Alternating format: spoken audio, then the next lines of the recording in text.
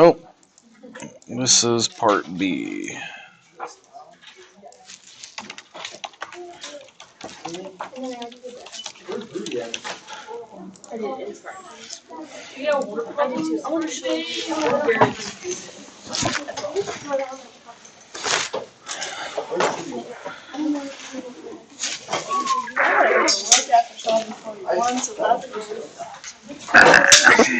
All right, there it is.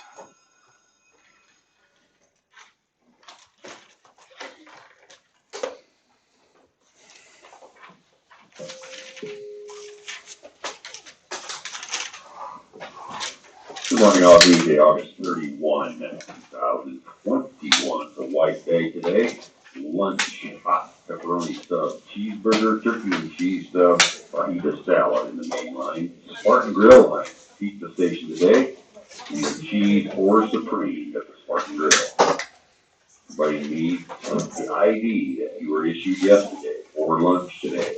Make sure if you have not received your new ID, stop in the office to pick that up. Spartan timekeeper from yesterday. Distribute those.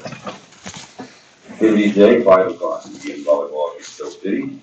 Varsity game scheduled for 7 p.m.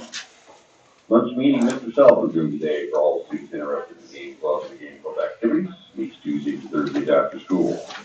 D&D men's first up council game for anyone interested. Mr. Sullivan, do you have any Just questions? bring like 4 boxes Freshmen, or sort you through have them and then come back. freshmen. Yeah. Boy. In the main office, that is due by 3:15 today. Voting will take place by a blue line. Wednesday, freshman voting for those positions. Remember, open notes, open book, open all of it except not your neighbor. Executive and 2 class reps. Any questions up by the main office, Robbie? Juniors will get the SAT exam. That registration deadline is September 8th. The counseling office for more information. The test will be given blocks 1 and 2 for Wednesday, October 13th in the library. Does cost $18 to take that, well worth it. Stop in the counseling office again by September 8th to sign up. Still looking for helpers that are interested in the Hill Street Bridge mural painting in the fall for Mrs. Howard. Do you have any questions? Please stand for pledge. Of the United States of America, and to the republic for which it stands, one nation, under God, indivisible, with liberty and justice for all.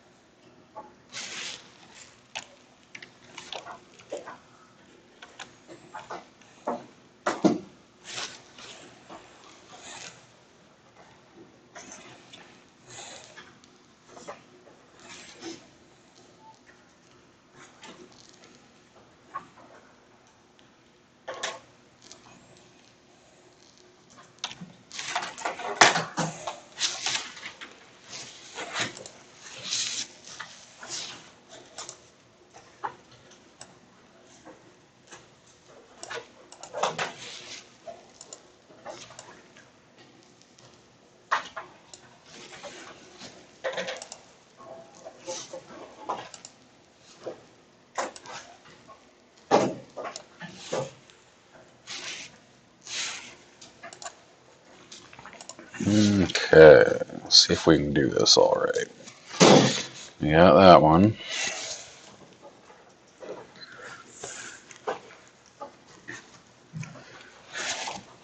I got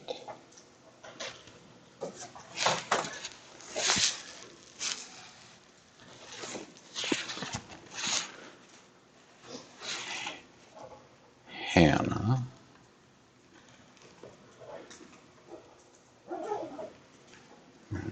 Which one's which?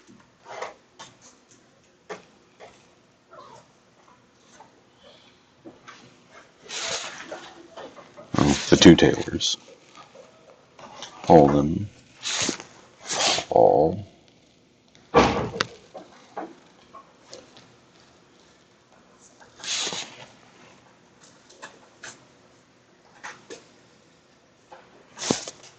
Lindsay. Rudy. Anna 1. Anna 2. Lars. Andrew. Ella. Mariah. Claire. Grace. Natalie. Aubrey. Maddie. Colby. Cool. Cool, cool.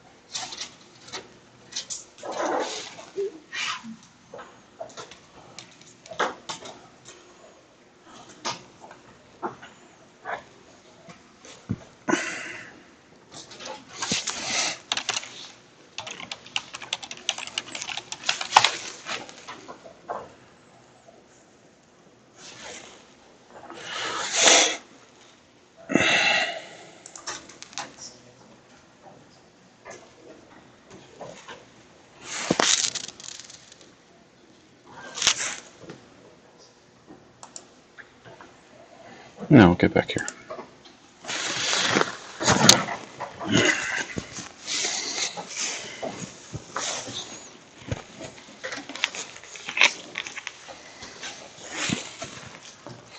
See some still frantically going, so we got a minute or two here. Ezra? Are we still on schedule for the quiz on Thursday?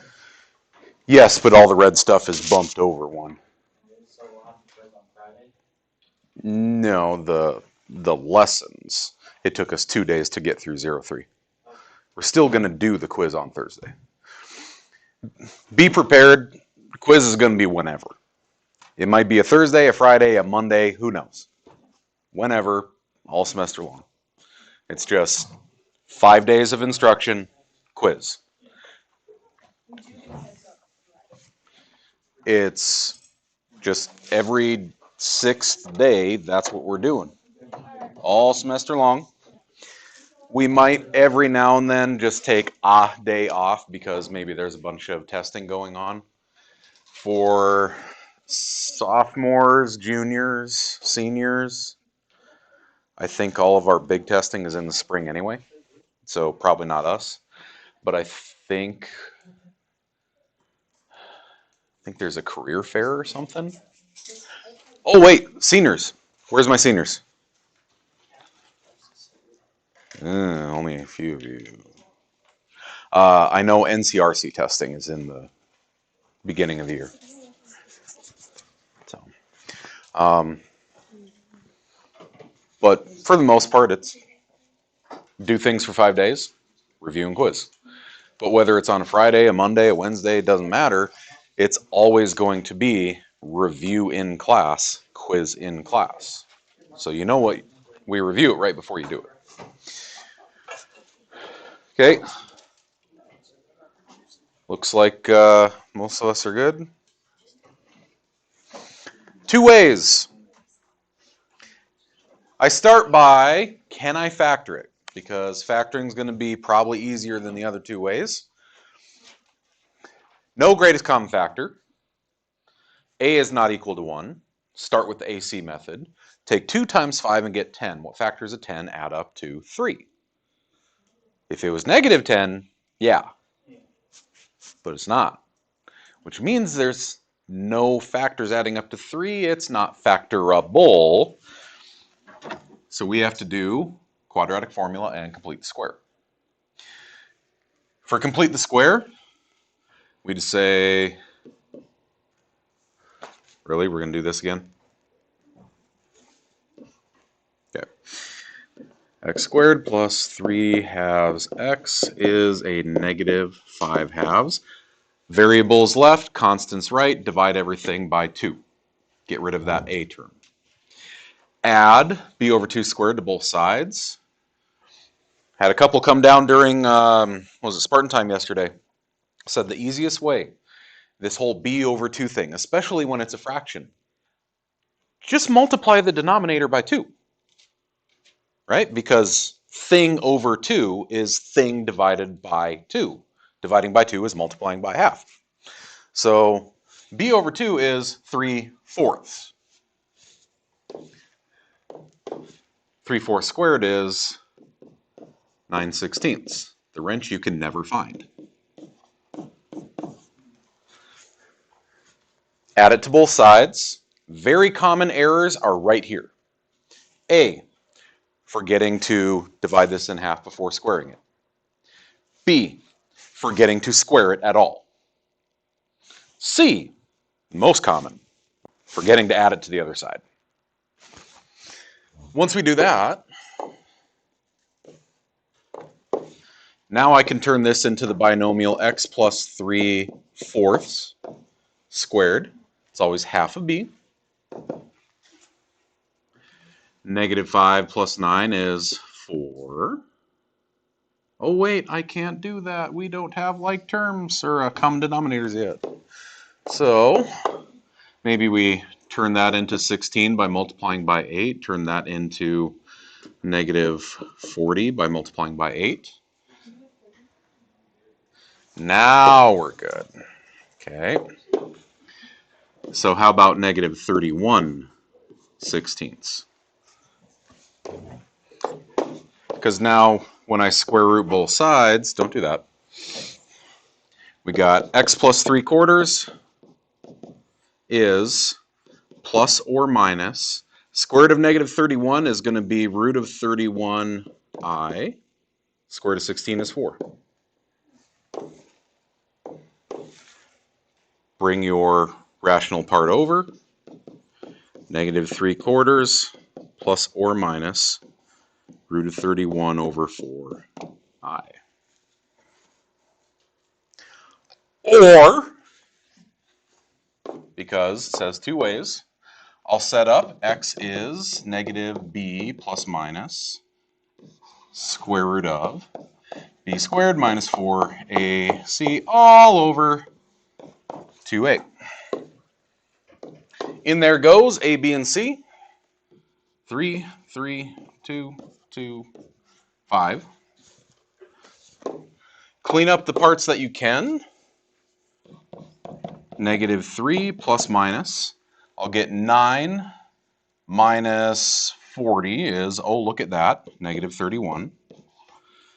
All over 4. In this case, you don't have to do much else because I just separate my real friends from my imaginary friends. Take that negative out as an I. So what we're going to do for some points around here. This one pretty much took care of itself on quadratic formula. I'm going to say 1 for did you put stuff in the right spots? 1 for did you get to the right answer? And then in here, 3 for the various stages and processes of completing the square. I told you before, I'm going to say it all semester long. I am big on the process. If you, way back here, forgot to add 9/16 to the other side, naturally the rest of this is crapped out, right? But did you, from there, still write it as a binomial squared? Did you, from there, still square root and simplify? Did you write it as a complex number? If you did all of that correctly based off of incorrect information, you take 1 off here, not 3 off because of the domino effect. Okay? The domino effect can really screw over a person. I don't want you to have to live in fear of the negative sign. All right? We got questions on how to score it. I did this. Remember, this is gut check. This is just double checking, hey, do I remember how to do this? Yay, nay? Okay. Then, come on, you.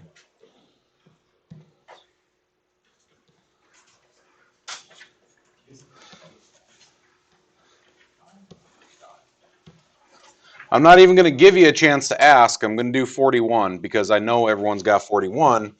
You just didn't ask it. Okay. Yeah, we can get down to 50. All right. I know 41 is a problem because kids have trouble with word problems. This is like the fundamental quadratic word problem that you saw in Algebra 2, Geometry, and Algebra 1. You have done this every year, this particular type of problem. I could go through the other books and show you where it is. But it's also something that we probably looked at it in those years and said, words, I'm not going to do it. Don't do that. That's why our smarter balanced scores were kind of rough. It's a whole different method of input. That and we shouldn't be doing standardized testing at all, much less in a pandemic. So, I know that any rectangle is found area by what? Length by width, okay? So I'll start with that information. Area is length times width. Said we're going to put a cropped photo in there. It's 20 square inches altogether. Uniform matting all the way around. Write an equation to model the situation for the length and the width of the matting. If it's an 8 by 10 matting, so the yellow stuff, or purple in your book, was 8 by 10. Well, normally, 8 by 10 is 80 square inches. But I'm not going to do 8 by 10 because the matting, I'm going to take away this, right? You remember the donut problems? Right? The whole thing, and then you subtract the hole in the middle. The entire object minus the parts you don't care about. So,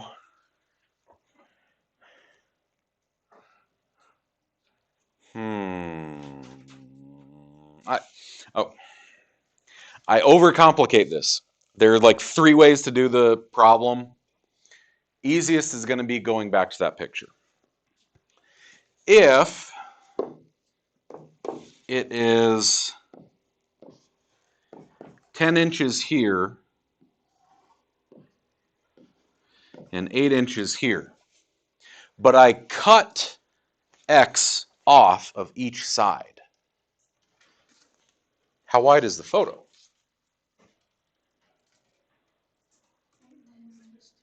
You subtract the 2x, right? If I am this tall wearing my ridiculous heels, and then I stop wearing my ridiculous heels, I subtract that from the height, right? Then, I don't know, I tried heels once on a dare. I almost broke my ankle. I mean, to be fair, it was like full of wires and screws, but still. That means if I take x off this way and x off this way, this is now 10 minus 2x. If I take x off this way and x off this way, this is now 8 minus 2x. So length by width, 10 minus 2x, 8 minus 2x, is the picture, right? Not the whole matting, is the picture, right? Whole thing, subtract the matting, picture. Good thing in the very beginning of the problem, they told us the picture has a total area of what? 20 square inches. And then you're off to the races. Distribute, combine like terms, everyone on one side of the bus, solve, all that business, okay? We're going to, 20 is 80 minus 20 minus 16, 36x. Everyone to one side, divide everything by 4 because it's easy like that. X squared minus 9x, 60, 15, factors of 15. Huh. I will give you the choice, quadratic formula or complete the square. Yeah. X squared minus 9x is negative 15. If I take half of b, negative 9, is negative 9 halves. Negative 9 halves squared is 81 fourths. I'm going to need to turn this into 60 fourths to have common denominators. Getting x minus 9 halves, always half of b squared, is 21 fourths. Square root plus or minus square root of 21 over 2. Move that 9 halves over. So technically, officially, x is 9 halves plus or minus square root of 21 over 2. But are both of those legit? About how much is square root of 21? What are perfect squares on either side of it? 16 and 25. Closer to 25. So it's going to be like more than 4.5, right? Because it's closer to the 25 than the 16. So if it's more than 4.5, divide it by 2. 4.5 minus 2.25-ish. Oh, wait, that is possible. So maybe it is plus or minus. Maybe there are two possible answers. What if the two x's are different lengths? But it says a uniform matting. X is X. If it was a different one, it would have been X and Y, or whatever variable. So, yeah, that's the official answer, but I tell y'all, if you go into a place and you ask for that much framing material, they're going to look at you funny. Okay? I had to explain to a guy yesterday after school, no. I don't need the faucet. I said I need the sink. The whole sink. Oh. You think he's going to handle compound numbers pretty well when he didn't hear English? Okay. So, this is kind of the consummate exemplary version of a quadratic problem. What was the other one, 50? Rectangular pen, 6x4. It is enlarged by increasing them an equal amount. So very, very similar. This starts as 6x4, but I'm going to add x in all directions.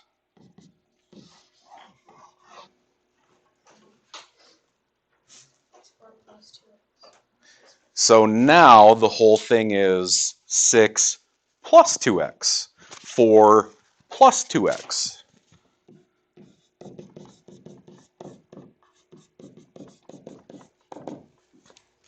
The total area of that, it says, to double its area.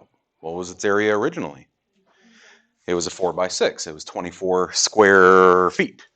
So now it's going to be 48. Same thing. Distribute everyone to one side, solve.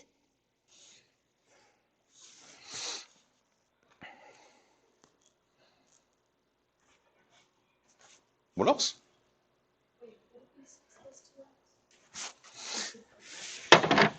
Because you add x this way and this way. Well, hold on. It says increasing the length and the width by an amount. It is just x. No, yeah, you're right. It's just x. It is. It says the length is increased by x, not x on all sides. English, right? Legit. Black. Paul, black. I'm really uncoordinated. Let's try this. That's like a 1 in 20 right there. That does not happen. All right. Yeah.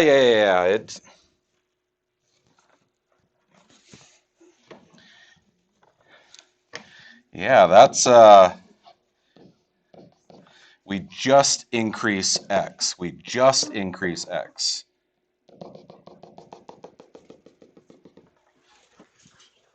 Because it doesn't say all sides, just the length. I mean, if you wanted to get fancy about it, you could draw like half an x on both sides. But it doesn't say that it's uniform either. So maybe I widen it out like a foot on this side, but I widen it out 3 feet on that side. I gave an actual problem to kids last spring like that. Sent them a picture of our garden. I was like, I got to put posts around this to keep my toddlers out of there and stop ripping up mom's strawberries. How big should the border be?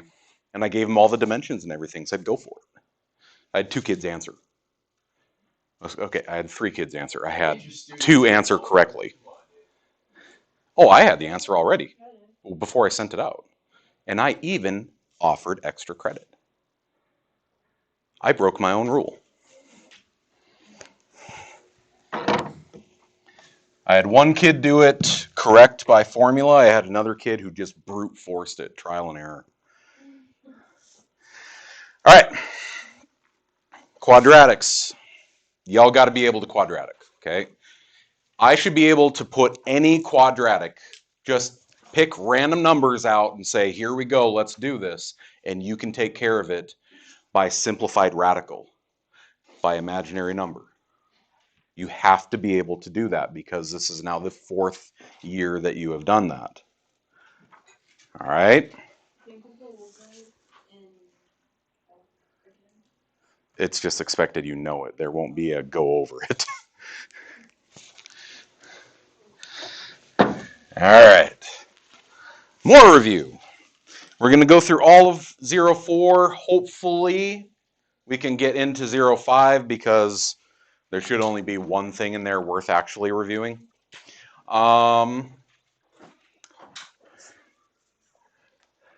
Radicals.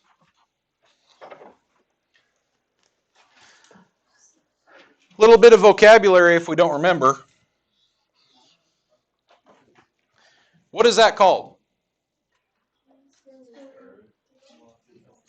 Technically, yes, it is a square root right now. Now what is it? Now it's a radical. Okay, because if there is no, do you remember what this is called? It starts with an I. Boo. Index. Okay. The index of a radical is asking what to this power will make this number. And then inside is the radicand.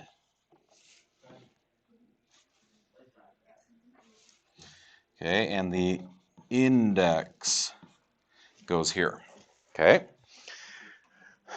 So if I see a radical with no index, just that, okay, I know it's square root of 5. Because the index, the lowest it ever goes is 2. Now, technically, you could start getting into logarithmic functions where you do have an index that is a rational number closer to 0. That is possible. Not for us right now. In Algebra 1, I think you saw your first cube root, but it was just kind of glossed over it. In Algebra 2, we beat it to death, talking about all of the different rational root properties. Talking about rational exponents, all that business. Here's the deal. We know the commandments of domain. What is commandment number 2? Thou shalt not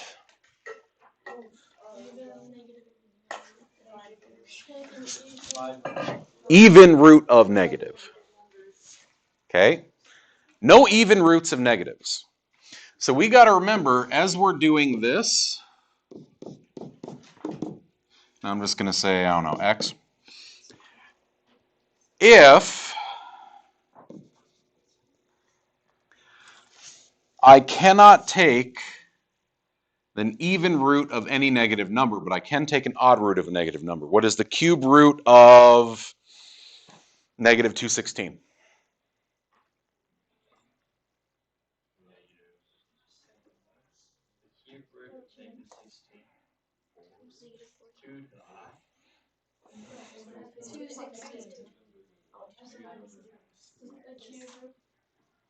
Cube root of negative 216. Negative 6. Oh boy. Y'all need to know, I preach this in Algebra 1. I beat it to death in Algebra 2. In here, boy, oh boy, you better know it. Know your perfect squares through 20, cubes through 10, fourths through 5, as many powers of 2 and 3 as you can memorize. Just know them. You're going to run across them so often that, y'all, it's just better to know it, even if you got a flashcard, that stuff. I'm not big on memorization. I'm not going to require you to. I'm going to say knowing those powers is going to be as beneficial for you in here as knowing your multiplication facts was when you first learned factoring. Could you have done factoring without knowing what 7 times 8 was off the top of your head? Yeah, you'd go grab a multiplication chart or you'd guess and check on a calculator, and it'd just take you longer. If you don't know those powers, things will take you longer. Like, I ask what the cube root of 216 is, and the room goes, huh? We should just know 6 cubed is 216. Okay? If you do not know off the top of your head, grab that calculator. I'll show you how to really quick put together the table of your powers. Okay? Before I do anything else, we were monkeying around with it the other day. It's got stuff in it. Maybe I don't want stuff in it. I want to start fresh and clean. How do I reset it without stabbing it in the back?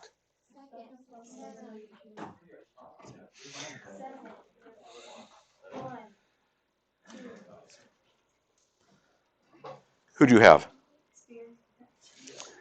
He's doing more with his calculators. He's doing more with his calculators. I have never had a kid who wasn't in my Algebra 2 who knew that. Good, good, good, good, good. Okay. Second plus 7, enter 2. Second plus 7, enter 2. Second, right above plus, is memory. Option number 7 is to reset. Enter on all RAM, or 1. 2 is, yes, I'm sure I want to reset. The reason we don't want to stab it in the back is usually you stab it in the back with a pencil. Pencils have graphite. Graphite breaks. it gets all crusted up under that tiny little button, and it holds the button down, especially if you use a mechanical pencil. It'll hold that button down, and then your calculator just won't turn back on, and you think it's broken, and you throw away a $130 piece of machinery, when instead it has to be opened up and cleaned out. Don't do that. Second, oh yeah, what? Second plus 7, enter 2. Second plus 7, enter 2. Okay? Second plus 7, enter 2. Second plus 7, enter 2. It's like a cheat code. Okay? Oh, I suppose y'all don't even know. Do you guys even do cheat codes anymore?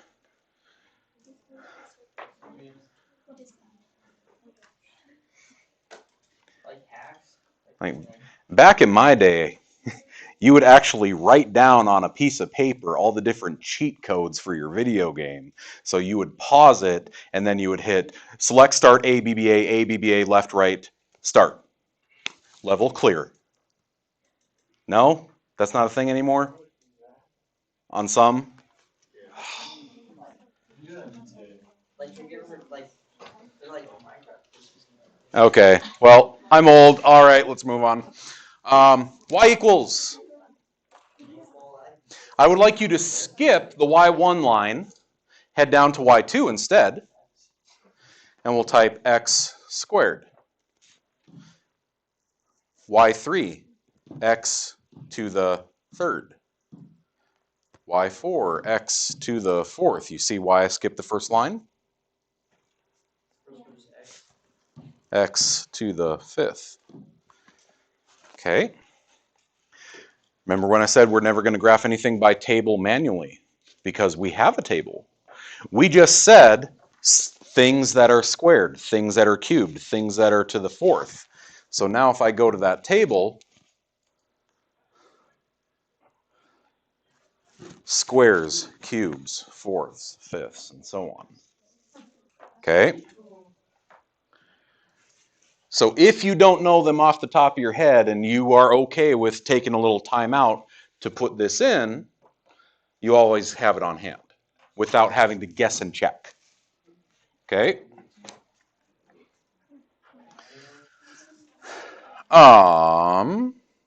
Now, be aware you don't want to be doing that. Again, you want to know these, because if you're doing this while you're working, then what happens when you hit graph? A parabola, a cubic, a quartic, a quintic. Come on, Frank.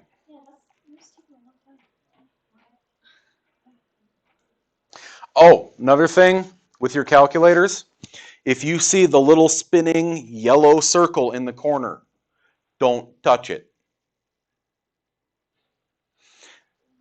It's thinking, leave it alone. Otherwise, it's no different than if you were taking your quiz and I came over here and just started poking you. Okay? You're not going to be able to think when I keep poking you. If you get the white circle of death up in the corner, you have now broken it. You need to turn it off. You don't have to reset it. You just turn it off and back on again, just like customer service tells you from Beijing or whatever. Come on. It won't even let me do it because this. Okay. Frank! All right. So anyway, there's all of our powers, if you don't know them off the top of your head. So I can take an even root of positive numbers. I can take an odd root of positive or negative numbers.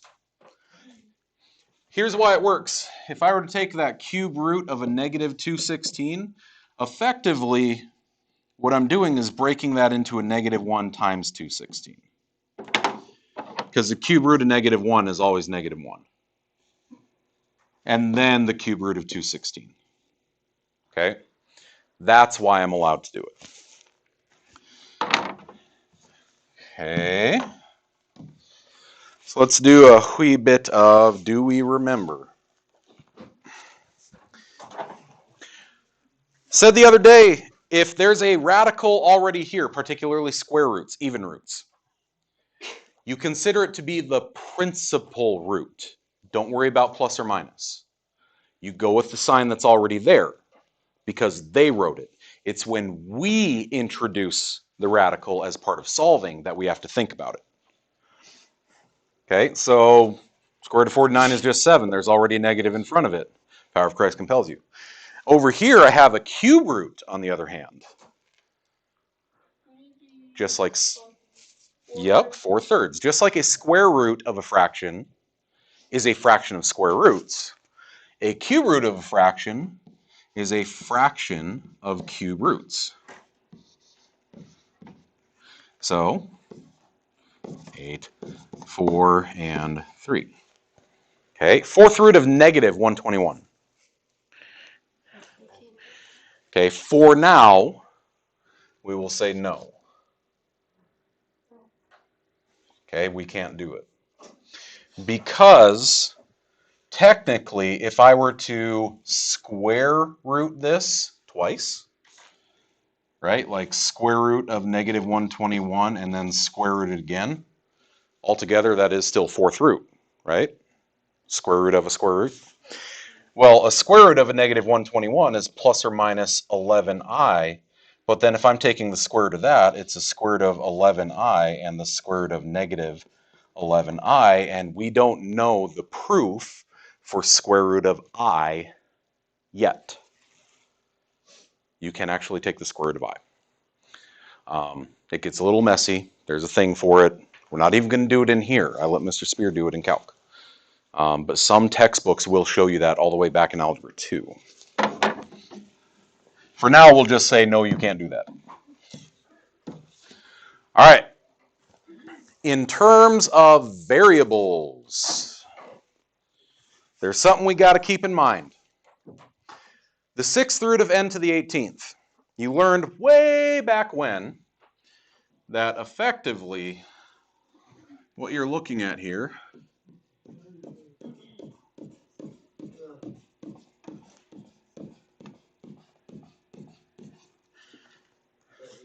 I don't know.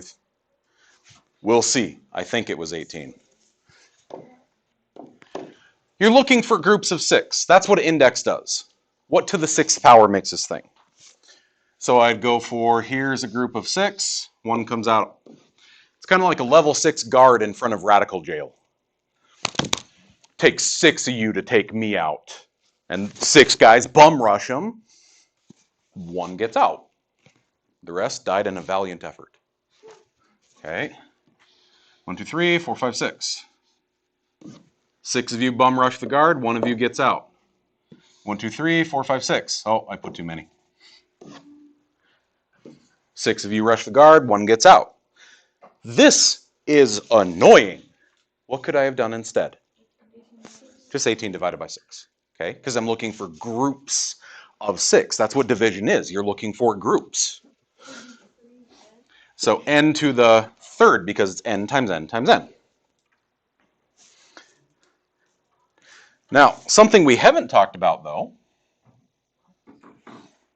What if n was negative?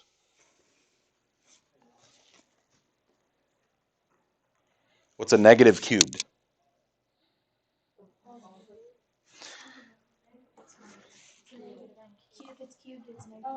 Okay, so negatives to odd powers are negatives. Negatives to even powers are positives.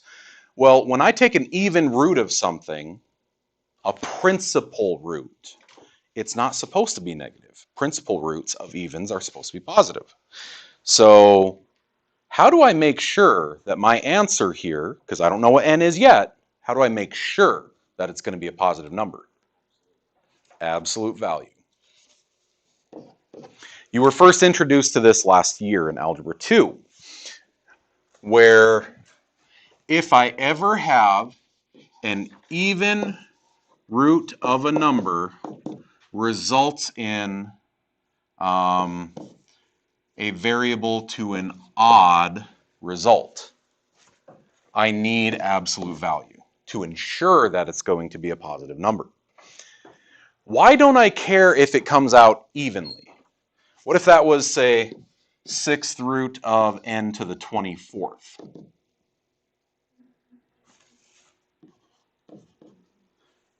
Why don't I need absolute value on that right now? Because no matter what, it's an even power. So whether n is odd whether n is positive or negative, that to the fourth is going to be a positive number. So I don't need it there.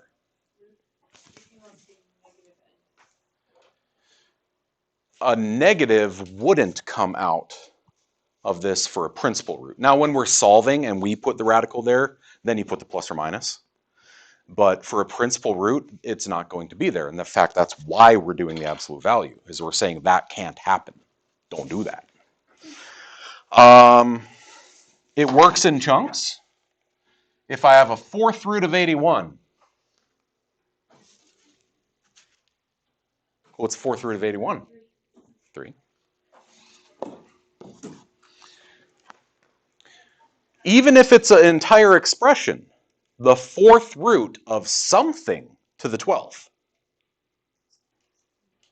something cubed.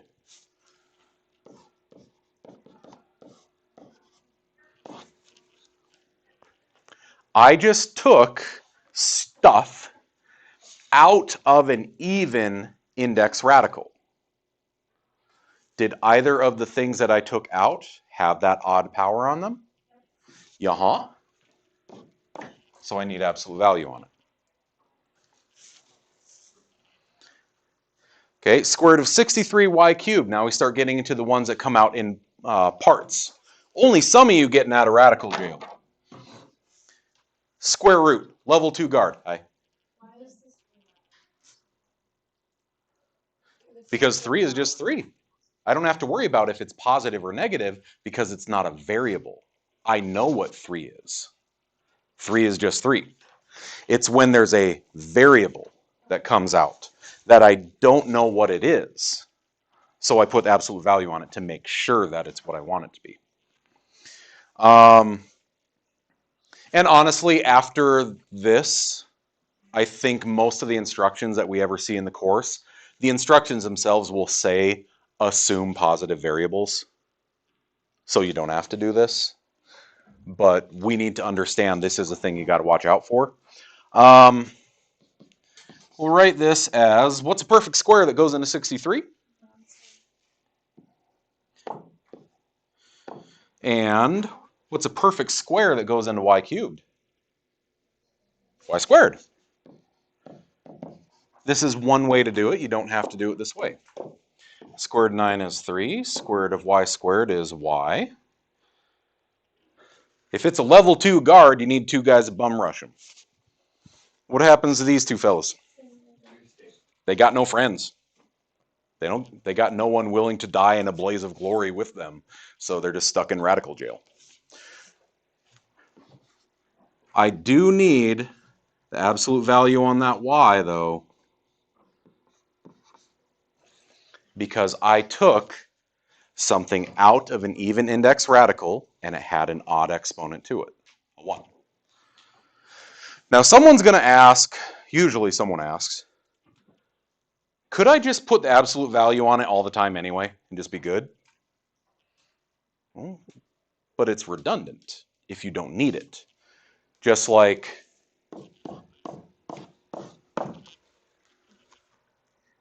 that's all technically there, but I didn't write it because it wasn't needed. So I won't write the absolute value unless I need it. Yo! So, in algebra 2, we never put absolute value around variables. Incorrect. I can show you the section that you did it. Yeah, we definitely did it in Spirit. Yeah, I remember doing it. Okay, so Okay, you should have. Continue. So, are we doing that? Is that going to be useful for later equations? Yes. Like PreCalc? Okay. Yes.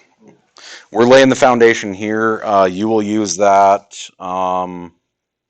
It'll come out in algebraic proof in trig and calc. Okay. If I break this up, I'm going to take that -1 out here, then p to the 10th, then q to the 7th, then q to the 2nd.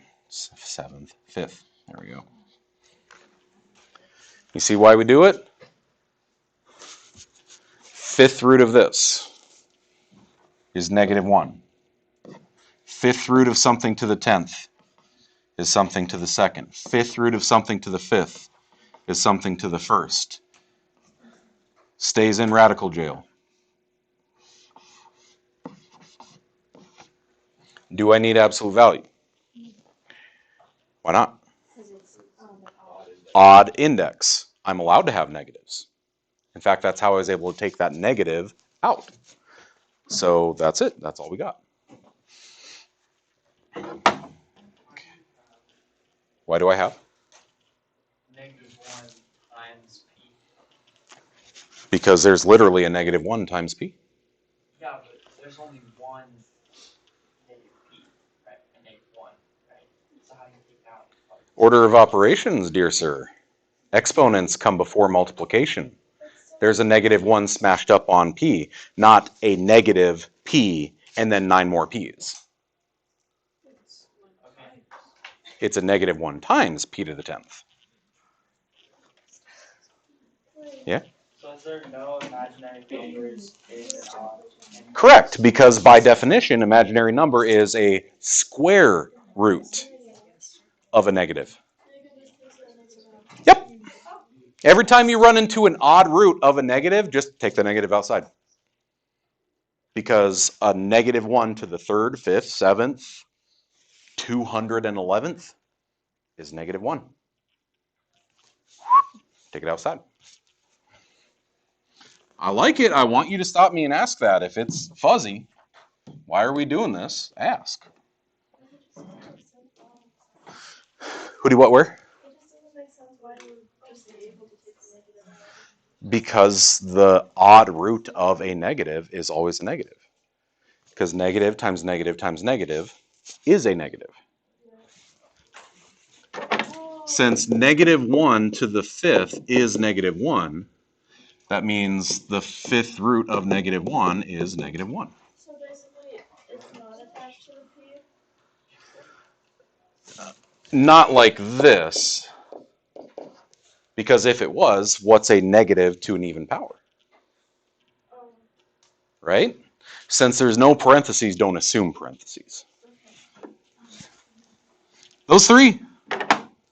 Clean them up. Use absolute value where you need to.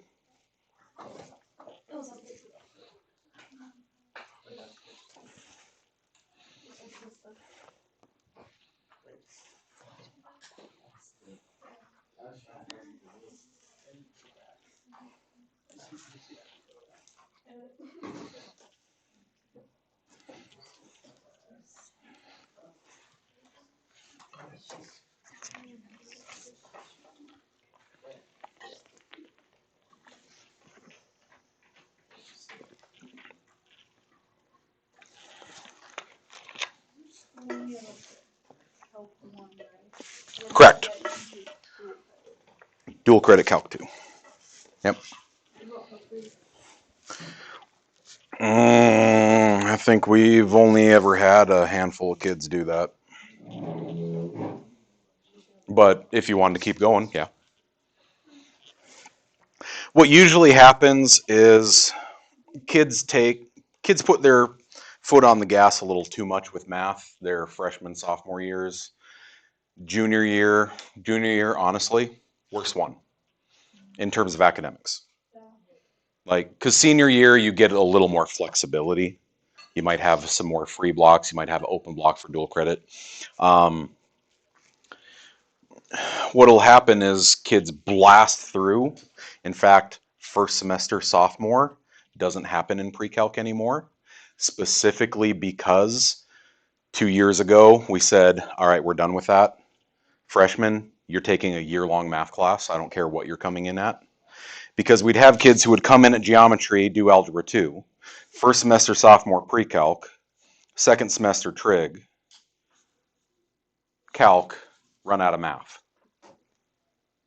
And often as not, unless you know for sure you are going into engineering, you are going into particle physics, you are doing this, Usually it was a waste of time, because why do you need to just zoom up through Calc 1, 2, 3, go to DiffEq? Why do you need to do those if you are not specifically going into the STEM field? Plus, there's just a maturity gap. First semester sophomores in pre-calc, usually there were a lot of tears because it was the first time they ever had to try. And they just weren't ready for that. No crying in pre-calc. Although I did have a girl who actually handed in her final one year. It's over. Can I cry now? Go out in the hall. Anyway, we should have 5x cubed, absolute value or not? We should have a 7x to the third, y to the fourth, absolute value or not? A 2x to the fourth, y to the fifth, absolute value or not? Just on y to the fifth. Because the x to the fourth will always be positive no matter what. It's redundant to include that. Yep.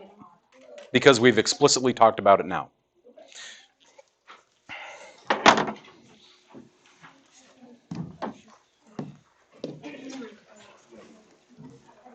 Right? Right? Okay.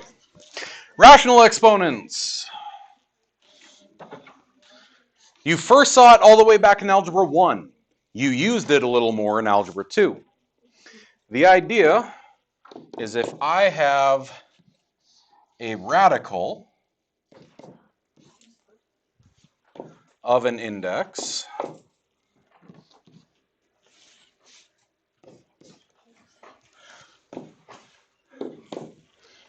n, bad Sullivan,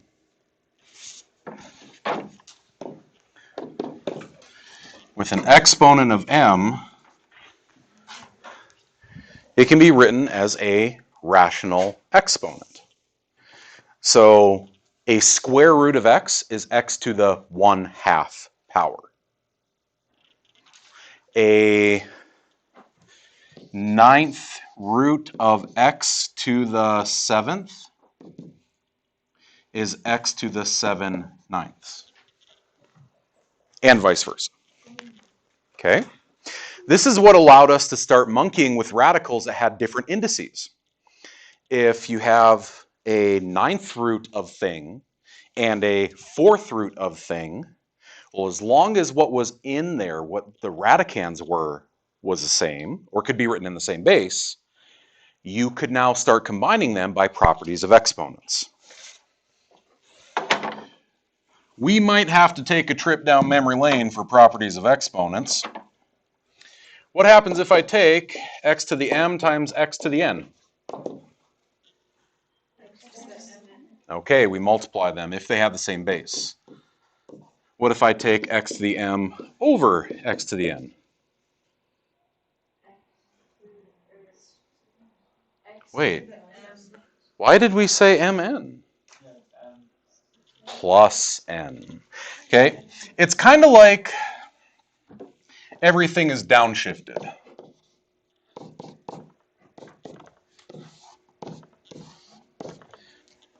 If I'm multiplying exponents of the same base, I add the exponents. If I divide exponents of the same base, I subtract them. Downshifted. Okay. What if I have x to a negative exponent? It's the reciprocal feature. It flips it. So this will get me 1 over x to the n, but likewise, if I have 1 over x to the negative n, where does that go? Okay. Kind of like, any of you have that? All right. As the autistic guy in the room who needs everything to be a particular way, Anyone have that room where you have two light switches that control the same light, but one of them will be down and the other will be up? No. Like, I used to go around the house making sure that they were all on the same direction, and my wife yelled at me a lot for it.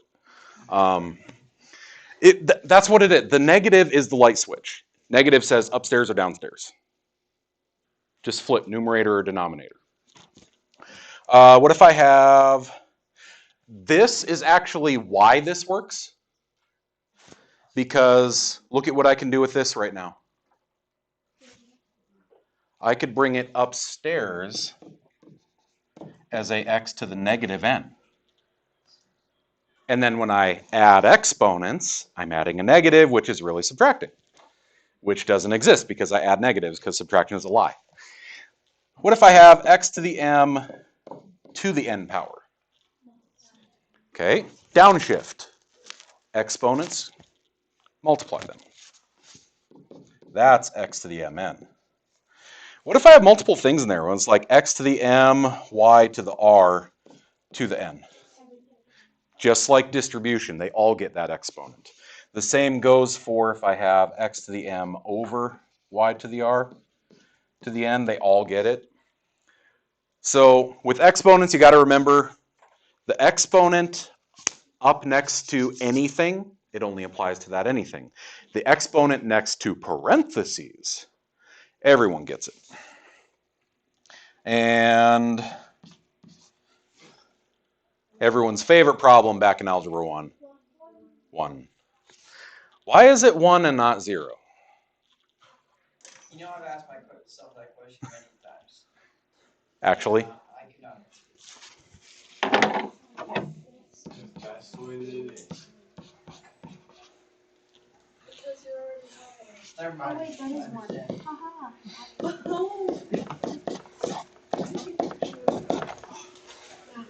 Isn't that 3x's over 3x's? Yeah. Isn't that 1 times 1 times 1? Isn't that x to the third times x to the negative third? Isn't 3 plus a negative 3 0? That's why. I'm actually going to be covering that with my Algebra 1 after lunch. So.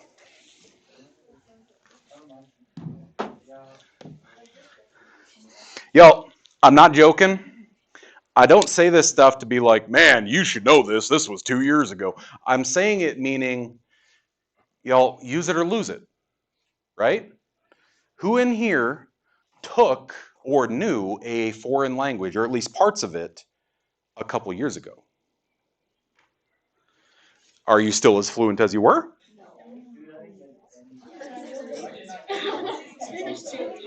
Okay. So this tells me it's a common experience.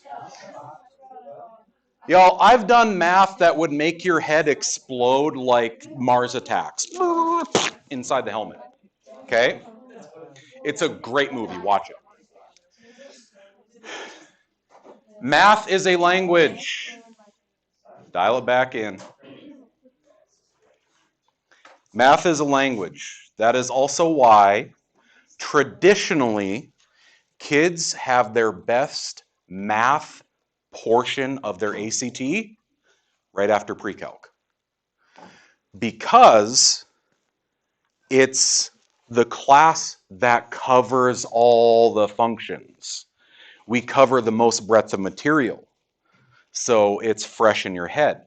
After this, you go on to trig and you deep dive, you laser focus on a specific subject, and you forget what polynomials even are.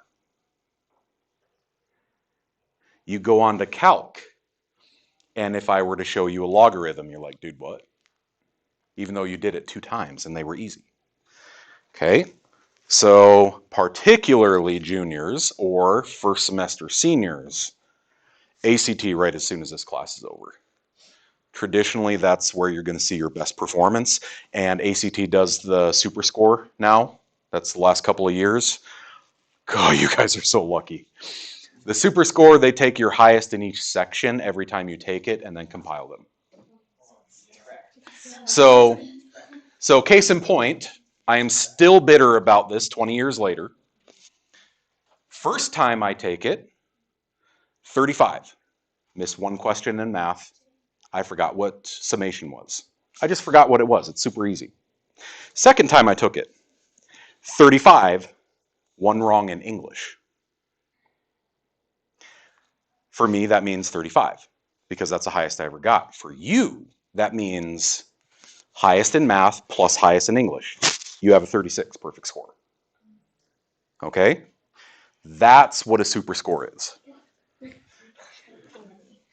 So you are very fortunate for that, which is why you should take your ACT right after this class.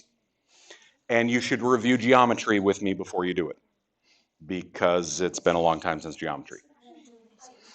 Okay. All that stuff aside, now that we reviewed a little bit of exponent stuff, if I have 32 10th root and 2 6th root, in the before times, I could not do that. You would say, well, they're different radicands, they're different indices. I can't touch that. But if I say 2 to what power makes 32? Fifth. Right? 2, 4, 8, 16, 32. 2 to the fifth.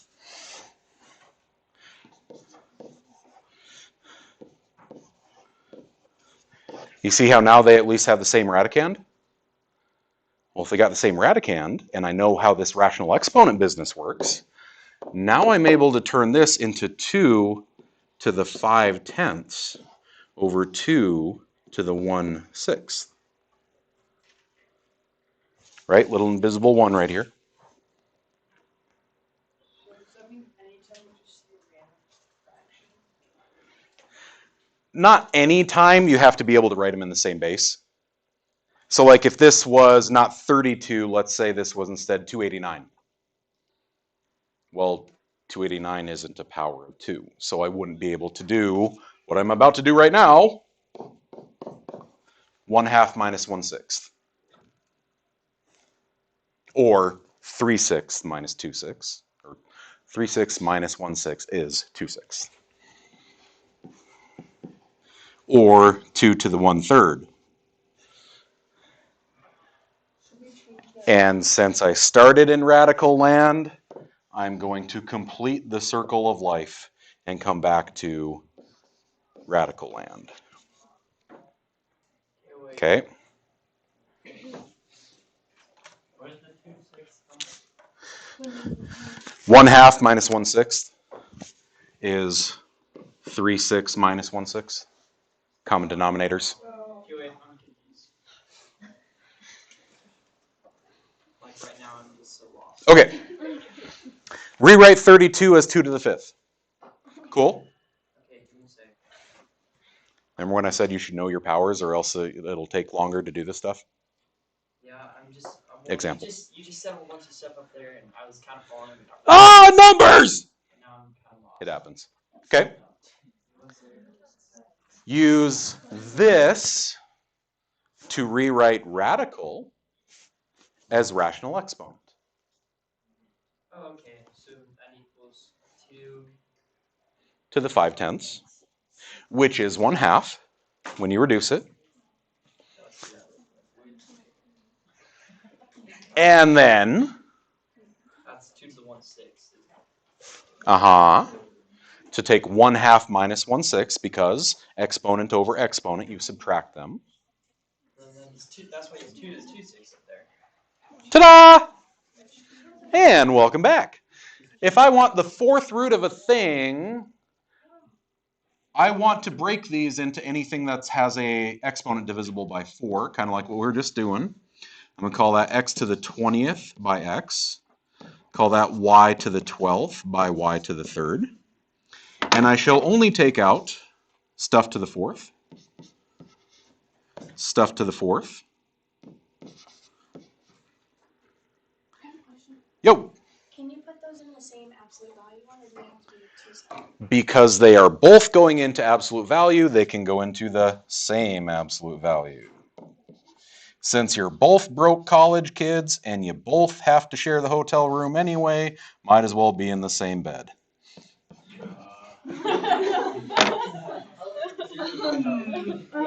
I've seen documentaries about this.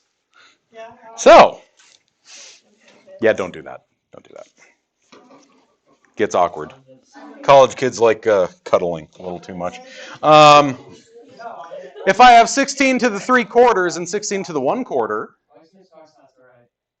As long as you both think it's a joke, it's alright. Yeah. We'll laugh about it afterwards, that's fine. Yeah. That's how it works. okay, that is an entirely inaccurate statement. We can go into the social dynamics of friend zone in another episode. 60. Oh, it doesn't matter. College is a time to experiment, right? What is 3/4 minus 1/4? Oh yeah, this whole conversation just derailed. What is 3/4 minus 1/4? 2/4 or 1/2. If this is 16 to the 1/2,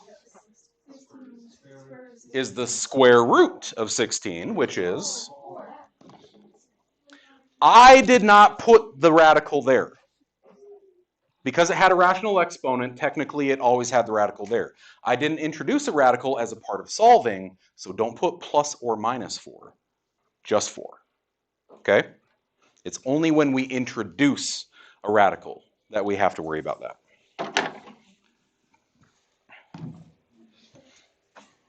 Well, okay, do some more. They've all got a little bit different flavor. Rewrite them. On number 16, you might have to rewrite them with their prime factors to an exponent to see what actually combines.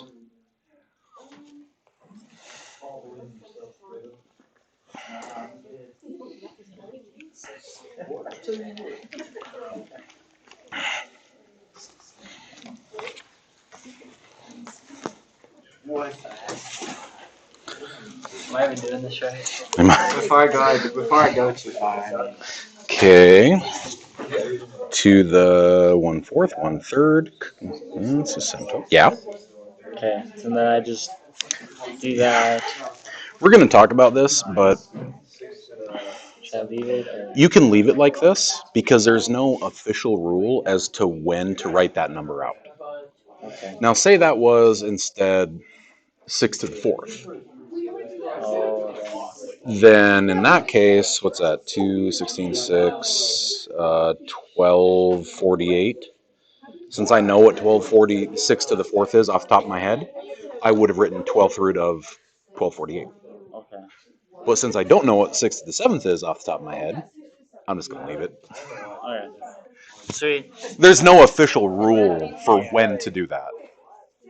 So the 12th root.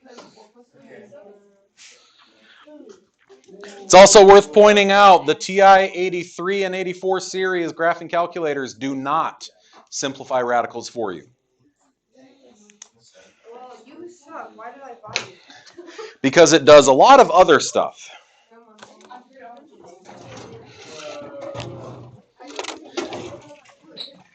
did like 2 years However, ago. It took a long time. the $16 and $10 calculators will. What are they? Oh, yeah. I'm going to Walmart later. You got $10, you can have this right now. That's why I bought like 20 of them. No, it's for kids who I don't want to run over to Walmart. There you go. Have fun. It's like Christmas. I'm buying a popcorn. That's all. Okay. I only have $1.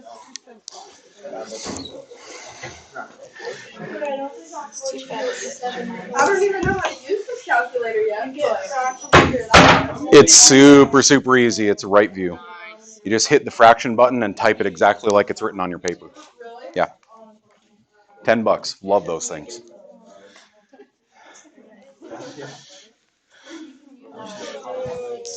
Before here, turn this into 2s and 5s.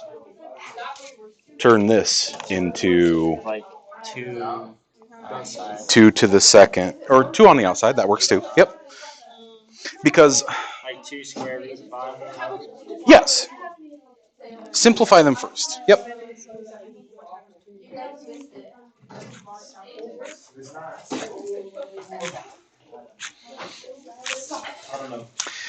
I had a kid who dropped a 50 on me once, and we just had a tab.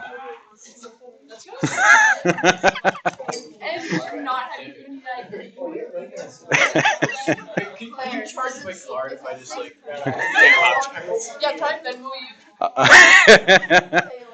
you. Well, Game Club does have a Patreon, so I mean, What would I do? what's up? What would I do in this situation? Okay. Oh, but they're not. Before there, Yeah, I'm lost. simplify those two first. Wait, Oh, can it just be 2 square root of 5 Uh-huh. times? what's 135? Yeah, I don't know how to do the 135. Break it up into its prime factors then. Divided by 5. Come on, like old Oh, school. 27. It's divided by. You know it's divisible by 5, right? Yeah. So, what times 5? 27. 27 times 5. Well, isn't that? That's a cube root. Yeah. So isn't the cube root of 135 3 cubed by 5? Oh, that's some big brain stuff right there. 4, 5. 2 Wow. square Don't root you now have times. other numbers outside of radical land, but both of your radicals involve base 5? Yes. Yes. Ah. So then, turn this into a rational exponent, this into a rational So would you exponent. just make it? Is the 3 still outside? Yep. Wait a minute.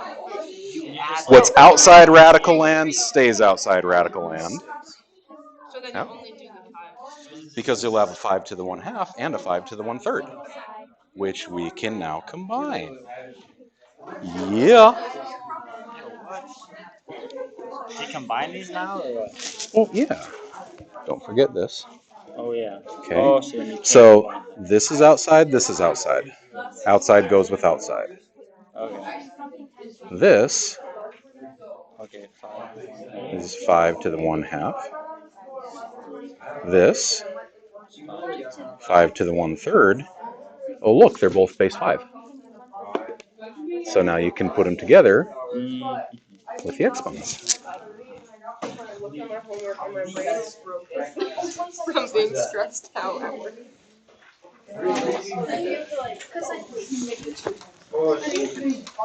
Where's your answer? Yeah, okay. So what? Oh, wait. 5. Okay, so they have to add this. 27. Oh, Oh, you got it. Can we break down from? Oh, Okay. First one. I see they're both a radical of 6. Turn them both into rational exponents, common denominators, so you can add together the exponents. Okay. Now, Paul had a pretty good question. He's like, am I just done, or do I have to write that? And the answer is, there's no official cutoff point where you're supposed to write that number out. So let's say it was like the 12th root of 5 to the 4th. Because I know what 5 to the 4th is off the top of my head, I would write it out. If I know what it is, I'll just write it.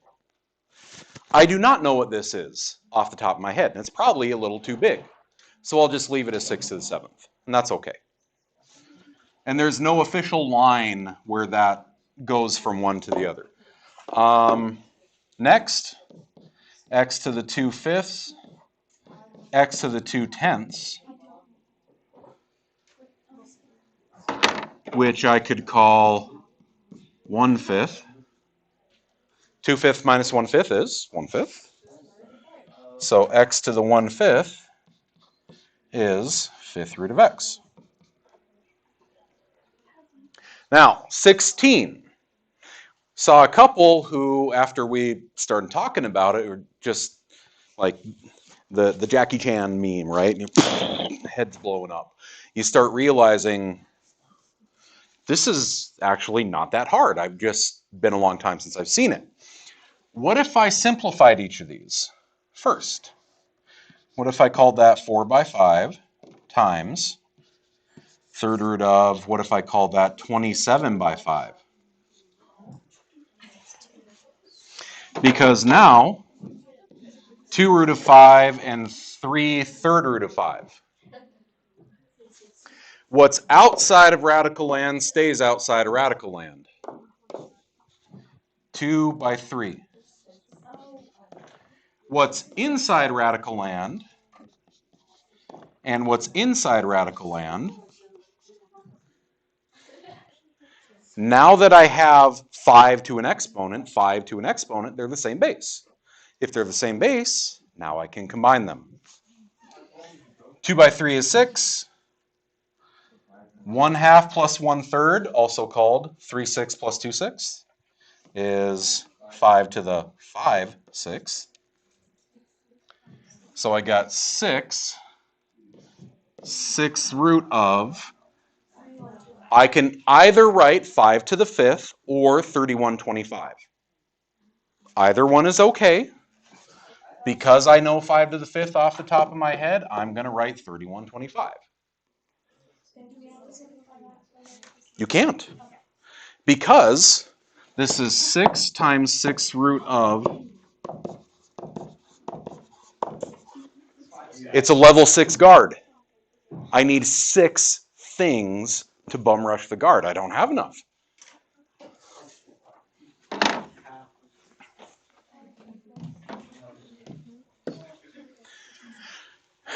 Cool. I'm going to turbo through the easy stuff. When you come in tomorrow, we're going to do the 3 variable systems because that's the only like newish thing here.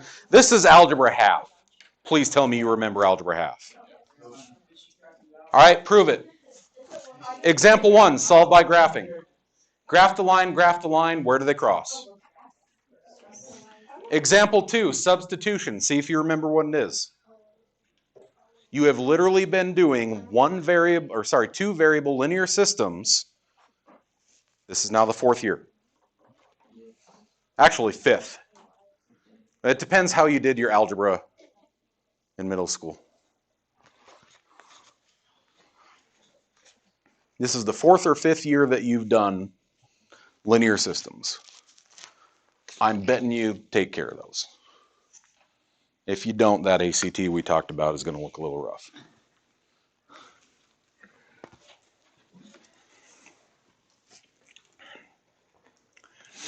Case in point, kids who come out of PreCalc, B or better, pretty rare for them to get under a 24 on the math portion of ACT. Pretty rare.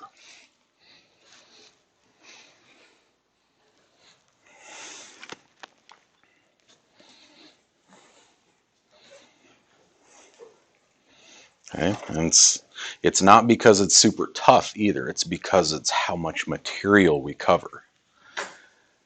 We go through a half dozen different subjects. So what is right before the intercepts, like the point? Well, it does say to solve. So if you don't write where that intersection is, I don't know what the solution is.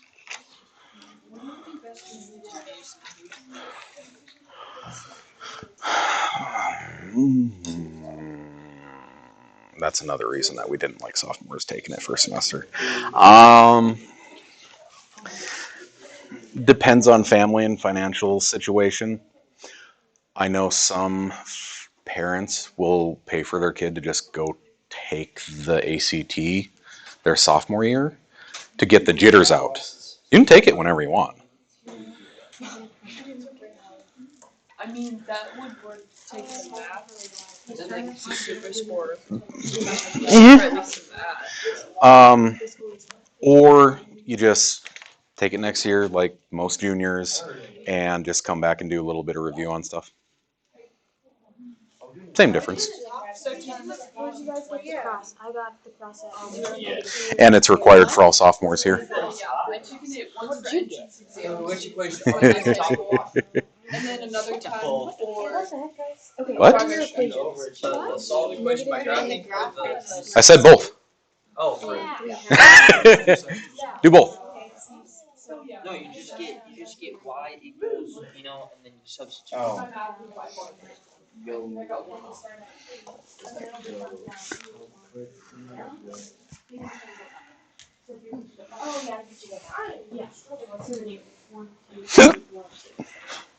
I got -2. Oh wait, that was supposed to be. Okay, screw it. Wait, should be 0. I do not know X and Y. Yeah, okay, I'm good, I'm good. I just don't know how to calculate X and Y. I got very confused with my scales.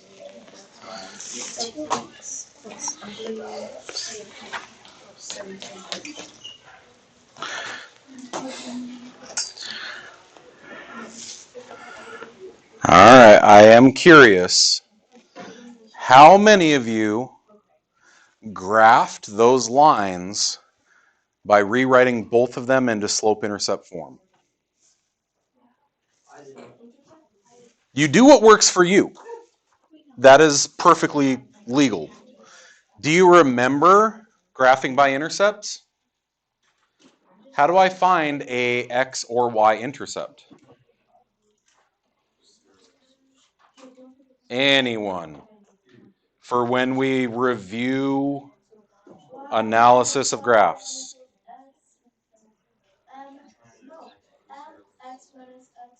That's point slope form. How do I find an x-intercept? Put a 0 for y. X-intercept hits the x-axis. Everything on the x-axis has a y of 0. So if I throw a 0 in for y, x-intercept's -2.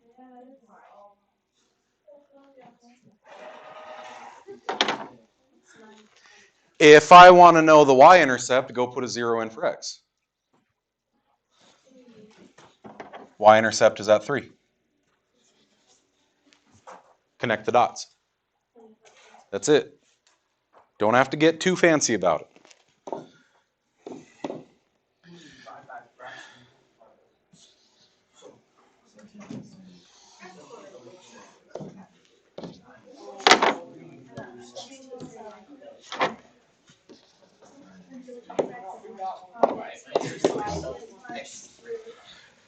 Same thing here. You probably remember it as maybe a thumb trick.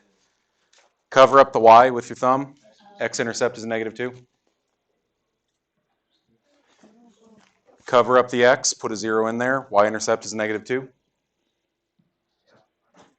Use that to make some more dots.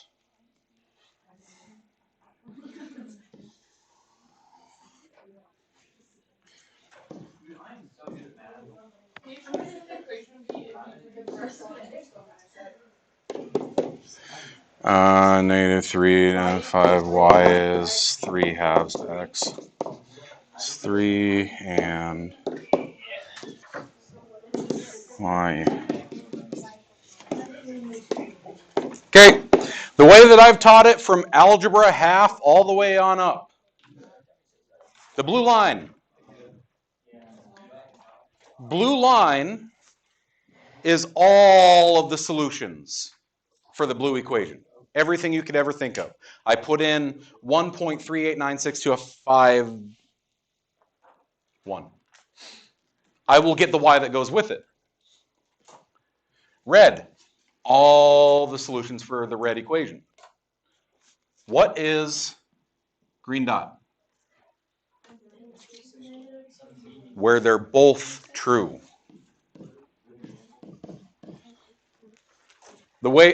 Here's the easier way. Here's the modern context for it. Blue line. My wife wants Mexican food. We used to live in Arizona. She wants real Mexican food, not South Dakota Mexican food. Okay? Red line. I hate Mexican food. I can't stand it. Okay? I'm a texture eater. I'm also Norwegian and Irish. My idea of spicy is salt, pepper, ketchup, butter. Okay? I cannot stand Mexican food. Like, it burns my face and it makes me puke. Like, I just can't eat it. What is green dot? Guadalajara's. Gringo menu on the back. I can still get a chicken sandwich and fries. Yeah, we kind of OD'd on that. Yeah. Okay, it's the one place where both equations are true.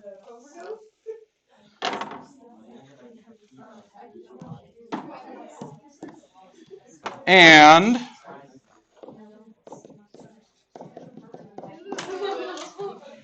everyone remember substitution? Get one of the variables by itself. If y is this junk, replace y with that junk.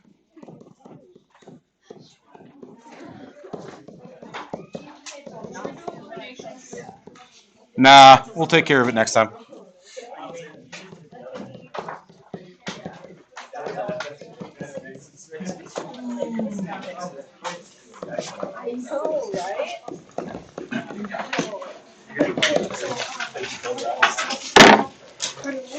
Okay.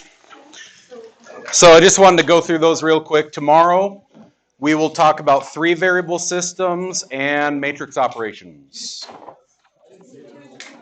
And then Thursday will be our first review and quiz. Okay? Shameless plug, anyone interested in game club, lunch meeting?